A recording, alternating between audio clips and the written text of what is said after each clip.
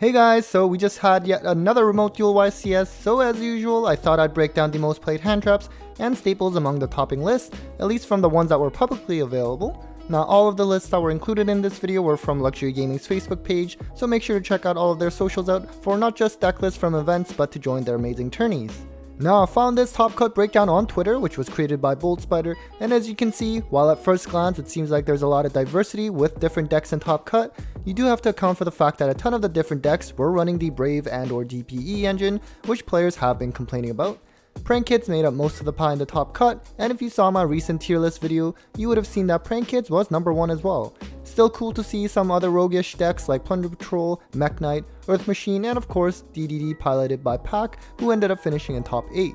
Now as a heads up, I wasn't able to get a hold of all 32 deck lists that topped at the event, but could only find 26 that were publicly available, so that's what this video will be based on. I know one of the lists that I'm missing is Hanko's Floowandereeze list, but that may be available by the time this video goes up. You can also check out his articles on TCG Player, which I'll link below, and I'm sure he'll post something there as well.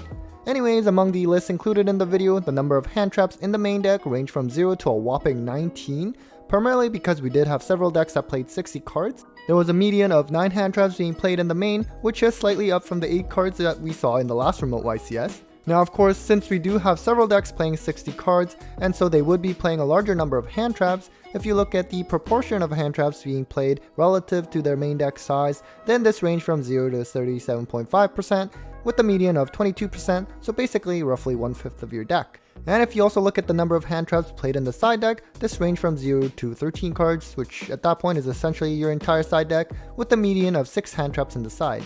Now as for board break cards, essentially cards that are monster negates, back row removal, or any kind of card removal really, this ranged from 0 to 5 cards in the main deck with a median of 2.5 cards, as you don't typically expect much of this in the main since most are going first decks, and usually it ends up being something like droplets being main decked.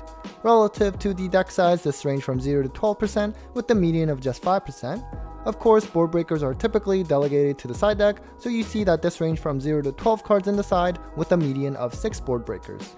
And now to cover the most played hand traps and staples as usual, at number 1 is Lancia, which understandably is very popular given the amount of banishing done by some of the played decks like Swordsoul, Virtual World, Floowandereeze, and more. If you saw my most recent hand trap analysis video, you would have also seen that resolving Lancia seems to really have a noticeable impact on the player's win percentages. Next we have the good old trusty Ash Blossom, all played in the main deck if used at all. After that we have Nibiru, which I was a bit surprised that it saw this much play because going into this format, people felt this card is probably not so great anymore with the Brave engine bringing out an Omni Negate early, but looks like the card is still popular. Next we have Ghost Ogre, a hand trap that has not been popular in quite some time, but back at it because of the popularity of the Brave engine. Next we have Veiler for the monster effect negation, and is always up here on the most popular list. And then we have Gamma, which saw some split play in the main and the side, at least among the deck lists that I found. Sucks to play the driver, but Gamma is definitely powerful by being able to destroy the card it negates. Next we have Token Collector, which saw popularity recently due to the emergence of Swordsoul, and now everyone's back at it with the Aurora Dawn combo, like the Infernoble days, so I guess it has more utility now. Fallen off a lot since the last time is Infinite Impermanence, another monster effect negation that can be pretty flexible for going second as well. And then we have Droll, which was really popular for the last YCS, particularly due to Tri-Brigade Lyrilisk at the time, but for this format, seems to have fallen off in favor of something like Lancia or Ghost Ogre. We then have Ghost Bell, which is slowly seeing more play now, where it was last popular when Virtual World and Drytron were tier 1 at the same time. Now to cover the most played staples, and for those of you that are new to the channel, by this I am technically referring to side deck cards only, so you're not going to see something like Pot of Prosperity or Foolish Burial, even though they are technically staples. So at number 1 is Called by the Grave, and a surprisingly decent number of decks were running this in the side instead. Typically we see it predominantly in the main deck only. Not only is it good to stop hand traps, but now that we have DPE and Scythe everywhere, it can get rid of that as well, which is much more impactful.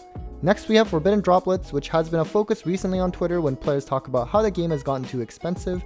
Really strong card that some argue is necessary because of something like Scythe, while others argue is not so great right now because of the rising popularity of Bring Out Herald, among other reasons. Next we have some back row removal in Cosmic Cyclone, Red Reboot, and Harpy's Feather Duster. You always see them here, and Cosmic has been popular over Twin Twisters for a while now, especially to get rid of that Scythe if that opportunity comes up.